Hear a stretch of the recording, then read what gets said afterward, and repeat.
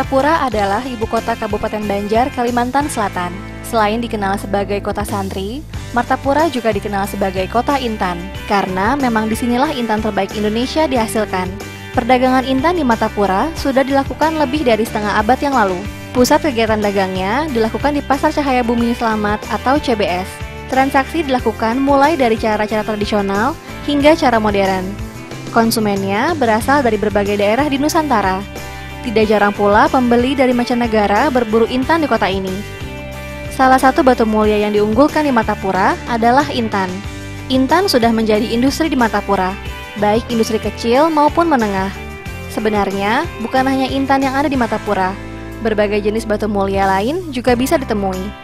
Mayoritas penduduk Martapura hidup dari intan dan batu mulia, mulai dari pendulangan, penggosokan, pengikatan, hingga sebagai pedagang. Intan terdapat di dalam perut bumi yang digali baik secara tradisional maupun dengan mekanis. Alat-alat yang digunakan masih sangat sederhana. Tanah yang sudah digali, disedot bersama air, dipilah melalui tapisan.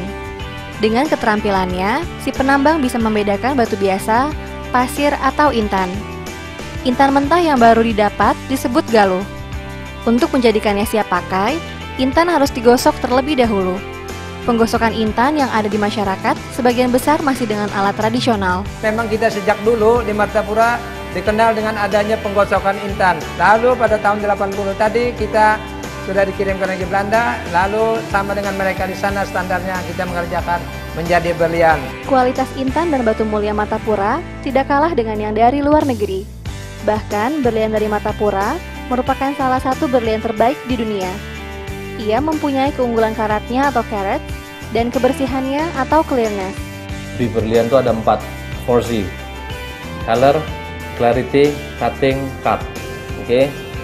Color kita sudah cek dengan master color grading. Clarity kita tetap harus cek dengan mikroskop. Karena semuanya based on magnifikasi, tapi dengan 10 kali pembesaran, tidak boleh lebih dari 10 kali pembesaran. Itu standar internasional. Kita cek, kita grade dia punya clarity apa. Setelah itu dia punya karat. Berapa karat itu menentukan nanti. Oke, setelah itu baru cut, proportion, and grade.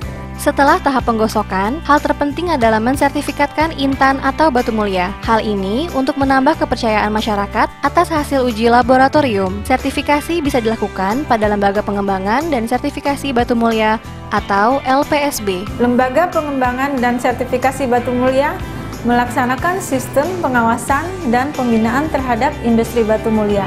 Dan sertifikasi yang diterbitkan oleh LPSB diharapkan dapat meningkatkan kepercayaan konsumen terhadap industri batu mulia dan perhiasan. Sejak adanya lembaga ini, kita bisa bikin sertifikat, jadi orang-orang lebih percaya dengan keasliannya. Untuk menambah nilai dan keindahan intan atau batu mulia, dilakukan pengikatan.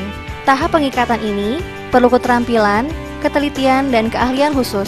Peralatan yang digunakan masih sederhana. Sekalipun demikian, hasilnya sungguh mengagumkan, layaknya karya seni yang berkualitas. Intan dan batu mulia siap dipasarkan.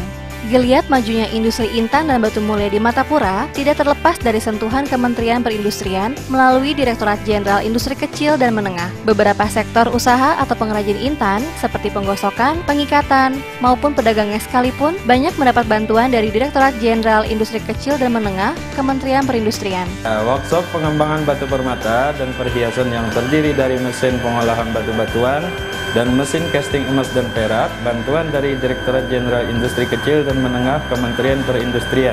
Selama ini kita banyak dibantu oleh Direktorat Jenderal Industri Kecil dan Menengah Kementerian Perindustrian, baik secara pemasaran lewat pameran, terus packing barang dan produksi berbarang. Pameran, beberapa kali pameran, seperti ke Hong Kong, seperti ke Mumbai dulu pernah, ke Turki, dan berbagai negara. Potensi batu mulia Martapura sudah terbukti sejak tahun 1950-an.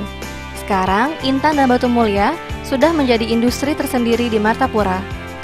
Kerjasama antara masyarakat dan pemerintah telah membuahkan hasilnya. Sekarang, Martapura lebih sering dikunjungi wisatawan karena merupakan pusat industri intan dan batu mulia di Kalimantan. Bicara Permata Indonesia, datanglah ke sentra batu mulia dan perhiasan di Martapura.